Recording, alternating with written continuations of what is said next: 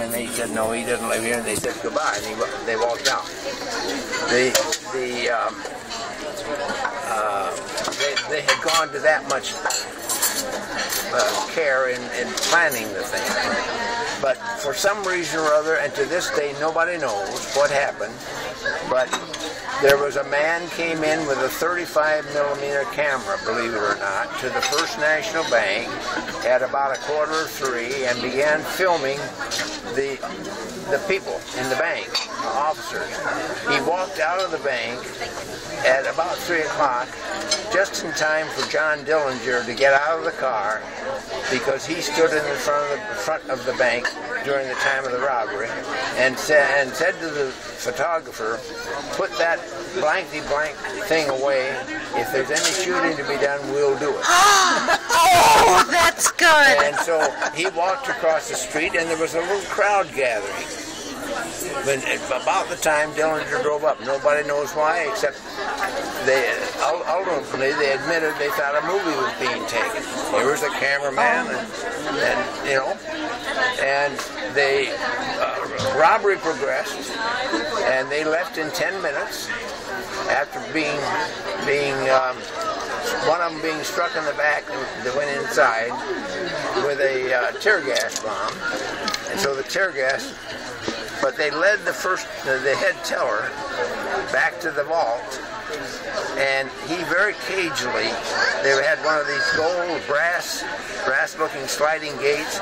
He very cagily pushed that shut behind him, and all he could do then, and the other guy couldn't get in, and he convinced the burglar that he couldn't open it.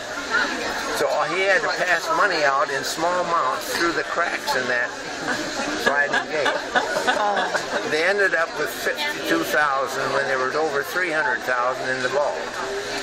Interesting? Wow. So we were aware that they took that film, somebody took the film to Waterloo, had it processed, and 6 minutes of it came back and was at the Cecil Theater that night. So people could see the before and after the robbery. That's all they didn't see the robbery, they saw before and after. Wow. And we'd heard about it, but nobody had ever paid any attention to the 6 minutes. Well, not when I say nobody that was doing history stuff. And I went up to a audiovisual store that was run by a friend of mine, and to buy a fancy recorder that would record directly from a radio station, 16-inch film, to send out to one of my friends who was going to make for me 10 different tapes of his interviewing Meredith Willson. Okay? And the tape player sat there with no price on it, was used, and no man but the gal was there, and I would say, where are you? He's coming back, and will you get a price on this? I'll come back in a week. I came back in a week, and she said, he didn't put a price on it yet. And I said, finally I said, it wasn't that day, but after 2 or 3 more, I said, I know what he's doing, and you know what he's doing, but you also know where he is. Which bar is he in? And she said, Cozy Corner. I said, great. I drove up to 14th Street and went in the Cozy Corner back door and sat next to him on the bar stool. I ordered a Coke and sat there for a while, and finally said, say, you got, oh, I forgot one step. One day she finally said, we do have the Dillinger tape here. Do you know that? And I said, what? And that's when I said, where is he? And she went up, and I said, I want to buy that Dillinger tape. She said, I won't sell it to you. Okay. Bought him another drink, sat there a while. He said, I'll tell you what I'll do. If you convert that to a tape and give me a tape and return it to me, why then you can have a tape.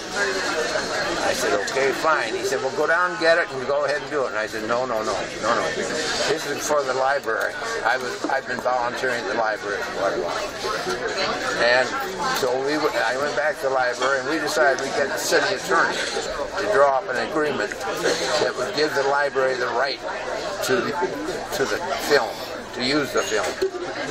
And so we lined up the city attorney and told him to go to 401 North Federal. I went up to the bar and said, come on, let's go. No, I can't do it today. No, and he wouldn't do it, so I had to tell the lawyer to go back. The third time that I did that, he went back. And he had a witness with his clerk, and we had the attorney, and I was a witness with the attorney. So we got him to sign off and give us the tape to send out to Film Institute of America. And the reason we found out from the University of Missouri, because the head of the history section of the library had graduated with a master's degree at the University of Missouri. So we called them and told them we had it. And they said, I'll tell you what you do. Put it in a fireproof box and put it in the trunk of an old car and drive it down. And Terry had the old car, and we found the fireproof box. But before we did that, he and I went to the basement where he had a camera set up material, and we unwound it, and it was wet. And that's when they had told us that that was explosive. So we put it under very bare light and took 3 or 4 different pictures so that we'd have something if it didn't work. Put it back, rolled it back up, put it in the box, and away he went. It cost us $3,500 to get 6 minutes of film reproduced. Oh my gosh. And they cleaned up the film and shipped it back to us. And he had agreed to give the library the rights to it, so we took back the original and one tape to him in front of his daughter, so that she could sign off on a sign-off agreement, because we didn't know him from Adam, and we didn't want any problems. Well, the interesting thing is that when A&E wanted to film John Dillinger, they called Film Institute of America to see if they knew anything about any film. They said, sure, Mason, he's got 6 minutes. So that 6 minutes is in that A&E film.